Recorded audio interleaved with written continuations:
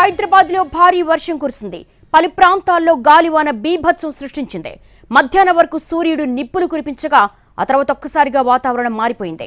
ఈదురుగాలులతో వర్షం కురిసింది. వనస్థలిపురంలో గాలివానకు పెద్ద పెద్ద చెట్లు నేల కొరిగాయి. గణేష్ దేవాలయం ప్రాంగణంలోని భారీ మర్రి చెట్టు కూలి రోడ్డుపై పట్టంతో అక్కడ పార్క్ చేసిన పలు కార్లు ధ్వంసమయ్యాయి. ఎల్బీ నగర్, హయత్ నగర్, అబ్దుల్లాపూర్ మెట్లో భారీగా ఈదురుగాలులు వీచాయి. పెద్దంబర్పేటలో ఓ హోటల్కు చెందిన బోర్డు కూలిపోయింది. ఉప్పల్, కుషాయిగూడ, నాచారం, తార్నాక, ఓయూ క్యాంపస్లోని పలు ప్రాంతాల్లో కూడా వర్షం పడింది. లోతట్టు ప్రాంతాల్లో రోడ్లు జలమయమయ్యాయి. ఉపరితల ఆవర్తన ద్రోణి ప్రభావంతో రాగల 24 గంటల్లో ఇటు తెలంగాణ, కోస్తాంధ్రలో భారీ నుంచి అతి భారీ వర్షాలు కురుస్తాయని వాతావరణ శాఖ తెలుపుతోంది. ఈ నేపథ్యంలో హైదరాబాద్లో కూడా భారీ వర్షం కురిసింది. పలు ప్రాంతాల్లో గాలివాన బీభత్సం సృష్టించింది. మధ్యాహ్నం వరకు సూర్యుడు నిప్పులు కురిపించగా ఆ తర్వాత ఒక్కసారిగా వాతావరణం చల్లబడింది. ఈదురుగాలులతో వర్షం కురిసింది. వనస్థలిపురంలో గాలివానకు పెద్ద పెద్ద చెట్లు నేల కొరిగాయి.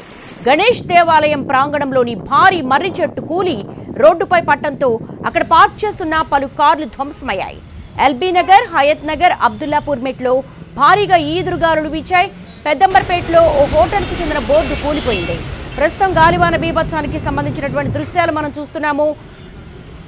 వనస్థలిపురంలోని గణేష్ టెంపుల్ ఆవరణలో ఉన్నటువంటి పెద్ద మర్రి చెట్టు ఒక్కసారిగా గాలివాన బీభత్సానికి కుప్పకూలింది. దీంతో అక్కడున్న కార్లన్నీ కూడా ధ్వంసమయ్యాయి. ఎల్బీ నగర్, హయత్ నగర్లో ఈదురుగాలులతో కూడినటువంటి భారీ వర్షం కురిసింది. ఇటు మేడ్చల్ జిల్లా ఘట్కేసర్, పోచారం, బోడుప్పల్, పీర్జాదిగూడలో కూడా ఈదురుగాలులకు భారీ వృక్షాలు నేల కొరిగాయి. ఎల్బీ నగర్, హయత్ నగర్లో ఈదురుగాలులు బీభత్సం సృష్టిస్తున్నాయి.